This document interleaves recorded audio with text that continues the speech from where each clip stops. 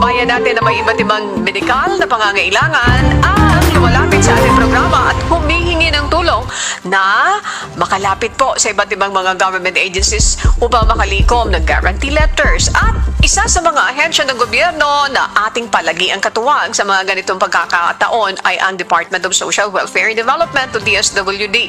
At isang good news ang hatid ng DSWD dahil maaari na po magamit ang guarantee letters sa ilang piling pharmaceutical. Miss Jackie, this is a very good news. Miss Jackie, go please. Sige po. Wow, yes, good news. At ang detalye nito ay ibabahagi sa atin ngayong hapon ni DSWD spokesperson and Assistant Secretary for Disaster Response Management and OSEC Concerns. Please welcome back to Serbisyo Bayanihan.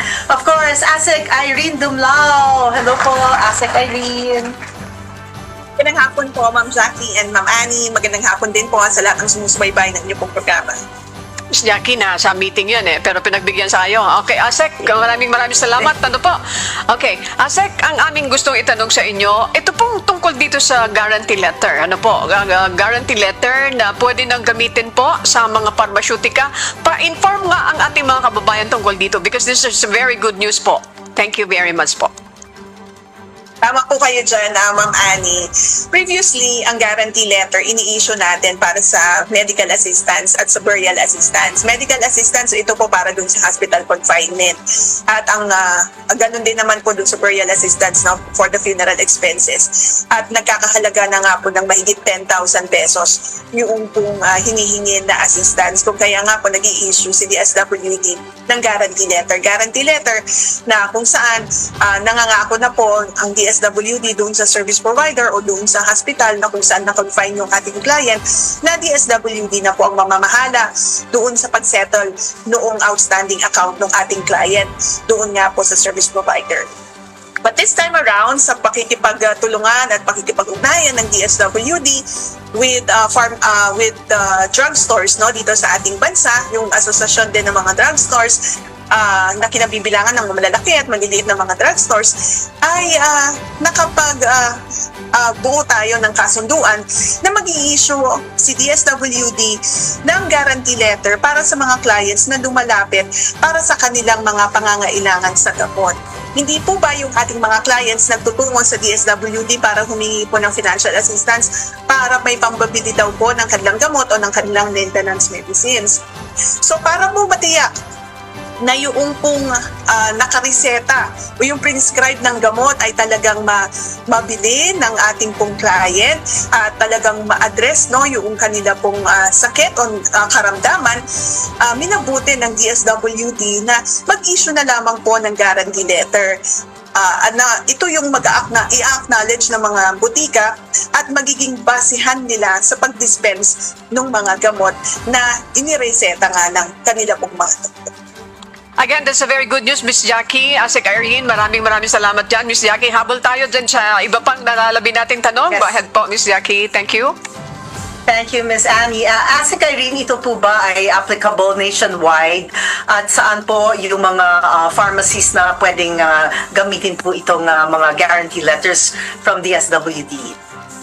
ASEC Irene. Tama po iyan. Yes, tama po yan, Ma'am Jackie. Ang DSWD ay, sabi ko nga, may kasunduan tayo with mga pharmacies, ang mga butika. This is nationwide.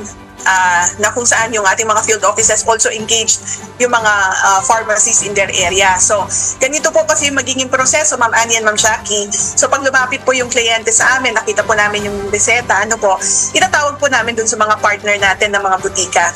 Alamin natin if that is available in their branch.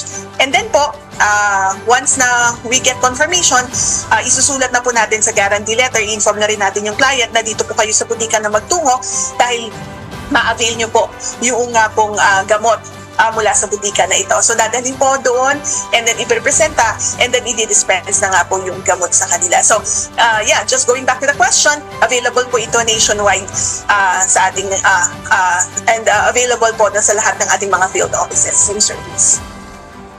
Okay, Miss Jackie, habol ko rin ito. ASEC Irene, lahat ba ng gamot ay maaaring mabili sa pamamagitan ng guarantee letter o may specific lang po? Let's say, for example, cancer, yung gamot sa cancer na napakamahal. ASEC Irene? Tama po iyan. Meron din na rin po yan, no, kabilang na yan doon sa ating pong makukuha mula sa ating mga partner ng mga butika. Okay, so kabilang po yan. Okay. Asik Irene, very quickly, pwede pa ba, Jill? What about, ano po, kung halimbawa, yung mga doctors din na mayroon silang mga maliliit na clinic mula doon sa pagiging dentista, sila po ba ay pwede rin sila maka-avail ng guarantee letter? O at this point, pinag-aaralan nyo po ba? Mayroon ba kayong ganitong program in the future?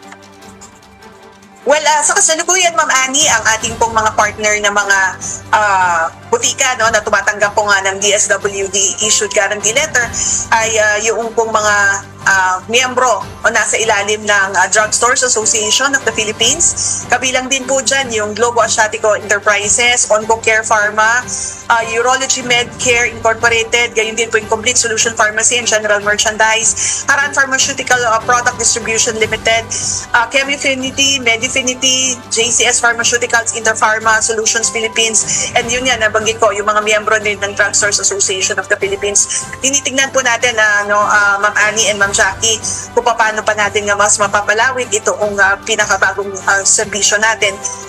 Pero ang talagang pinakalayunin naman natin, and we would try to stress on this, is that we would like to give support talaga doon sa ating mga clients na matugunan yung kanilang mga pangangailangan sa gamot para masuportahan yung kanilang recovery, full recovery through the provision nga po of medicine. And we hope that with the issuance of the guarantee letter ay makakatulong tayo matugunan yung pangangailangan na yon. And titignan natin kung how we can further expand ito pong serbisyo dito.